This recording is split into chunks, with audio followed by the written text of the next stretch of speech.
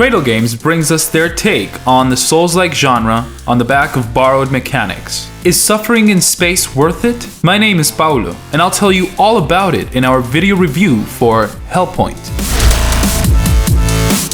As a subgenre of action games, third-person Souls-like have existed for a relatively short time, and although its lovers may have a hard time accepting it, only From Software seems to have the recipe for success. Anyway, even if failures keep piling one on top of the other, the industry seems enamored with this type of game, and every other year brings us a fair amount of new attempts by new studios to delve into the genre. Cradle Games invites us to explore an apparently abandoned space station in the skin of Spawn, a synthetic creature with the mission of collecting information for a mysterious voice that speaks to us and identifies itself as our creator. Down the road, we will explore giant maze-like stages, obtain and accumulate ammo, learn bits and pieces of the story, and will defeat a larger number of enemies. As with any self-respecting Souls-like, Hellpoint presents us with a slow-paced combat where every strike matters, and which punishes rushed players by imposing a game suitable for exploration. We will begin by picking up guns from the floor, which will improve as we use them. This will unleash special skills and all type of movements, which would have seemed impossible at first glance. Cradle Games chose to abide by the combat system we've seen in other From Software games, but they've added the possibility of jumping, which has a clear impact on battles and on the verticality of stages. One can understand why they played it safe. Actually, we're at a point in the industry where we could stop considering it a form of copying and start recognizing that these elements are the distinctive features of the genre. Still, there's a fine line between imitation and originality, and if changing the name is about the extent of it, comparisons with the original work become inevitable. Combat in general is well implemented. The enemies also follow a resistance bar and are subject to being dazed by our strikes. In order to determine how likely they are to be stunned, interrupt our attacks, or break our guard, Hellpoint has a series of statistics that we can improve as we level up. They also dominate the resistance to every type of damage, the attack of our weapons, the effectiveness of armoring up, and the speed at which we move. The problems start when the hitboxes and hurtboxes turn out to be not as effective as needed in this type of game, when the difficulty lies in enemies spamming attacks that hit too hard, even if we've dodged perfectly. And so we're left wondering, did we dodge too late, or does that attack have an invisible area of effect? This happens from the start, and although it doesn't happen with every combat, it may become very frustrating when we get to the complicated zones. Exploration is the star of Hellpoint. The levels are huge and filled with secrets, hidden doors, and false walls that hide all sorts of items, weapons, and materials for the forge. The possibility of jumping further enhances this feature and allows for unprecedented verticality, not very common in the genre, and which makes us want to explore even the tiniest corner of every map. Like any good descendant from Metroidvanias, the levels hide secrets behind closed doors and shortcuts that we can only open once we've met certain criteria. This gives us the feeling that there's always something new to be discovered. Our character's mobility provides us with a wide range of possibilities. He can jump, climb on rails, and leap from rail to reach new areas, to obtain more items, or progress in the campaign. This is undoubtedly my favorite feature of the game, and the main reason why I enjoyed writing this review so much. Cradle Games brings us a breath of innovation in a certain aspect that, despite being strongly inspired in From Software's mechanics, are more than welcome. Healing works with limited injections that we charge when strikes connect with the body of the opponent. The speed of the recharge will depend on the leech attribute of each weapon. We begin with 2 and will obtain more if we explore our surroundings well enough. This mechanic is an invitation to fight and strikes a balance between long combats against the bosses and encourages extended exploration time. Another interesting mechanic is the clock showing us our position with respect to the event horizon. The great film with Sam Neill and a strong inspiration for the Canadian studio. According to the location of the needles, certain events are unleashed for a limited time. These will range from opening certain access points a couple of times a day, with optional battles and items, to increasing the difficulty of our enemies in exchange for multiplying the quality of the items they leave behind when they die. And also to opening portals to new dimensions, bringing waves of enemies that we must defeat. The clock moves relatively fast, so it's common for us to be surprised during an exploration and end up with an additional and refreshing challenge. It also includes portals to delve into a parallel reality, where everything is mirrored with its own bosses, and special items that we can only keep if we survive the raid.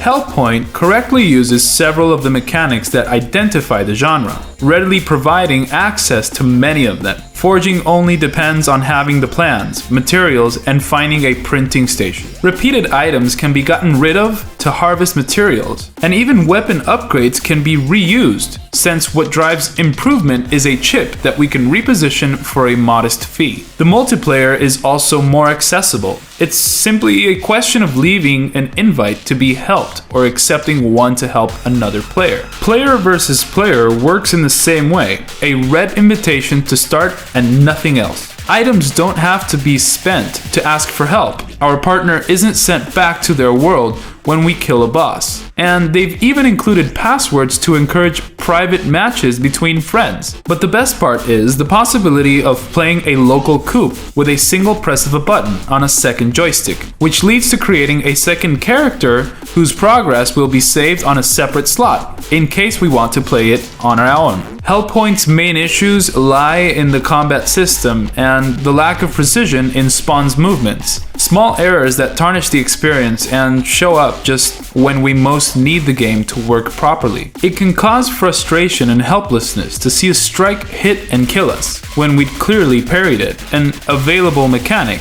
but one unannounced in the game.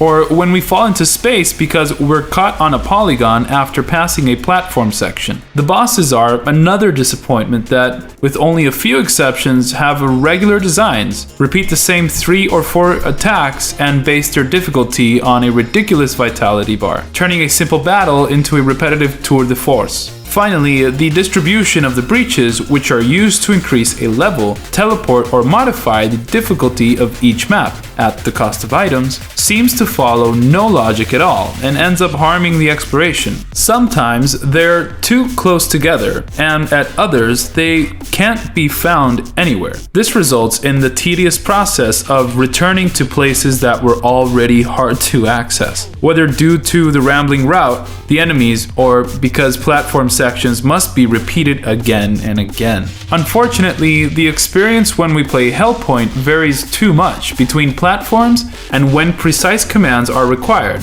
and there are enemies who can kill in a couple of strikes. This is unacceptable.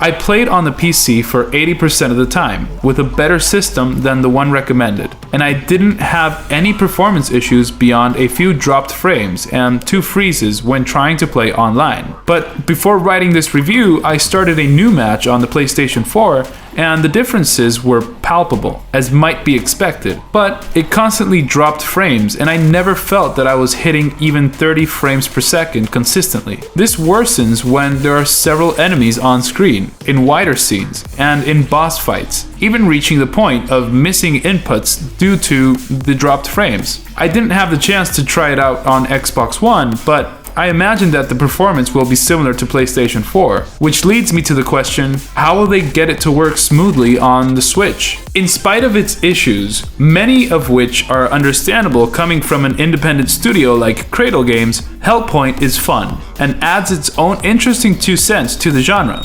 It works better as a Souls-like than a third-person action game, which might sound obvious, but I feel the need to highlight anyway.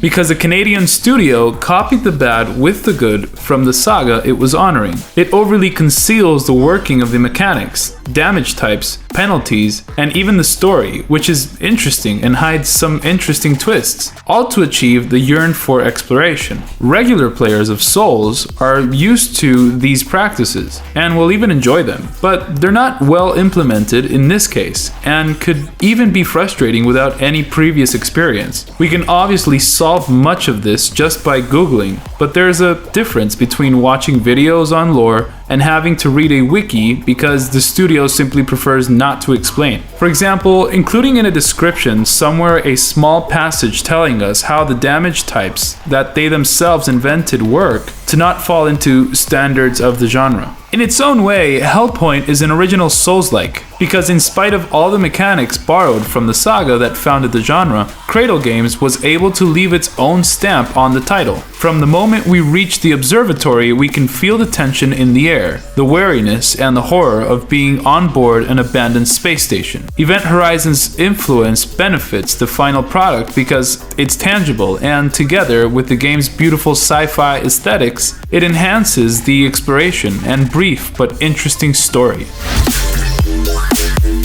The release was clearly designed for lovers of the genre, though not for purists, and it's receiving constant support from the development team, so we can expect future patches to solve performance problems. However, I recommend that you play on the PC should you have the chance, because without the dropped frames and other performance issues, the general experience is much better. It's because of all this that Hellpoint is awarded a score of 7.5. Between the PC and PlayStation 4 versions, I spent over 20 hours playing Hellpoint, both alone and in coupe mode. I enjoyed the aesthetics, story, combat, and especially the exploration and verticality of the levels. However, some technical issues on the PlayStation 4 and imprecisions in some fights, and lack of clarity regarding the mechanics detract from the experience. If you enjoy the video, give it a thumbs up, subscribe to our channel, and don't forget to turn on notifications. Follow us on social media and visit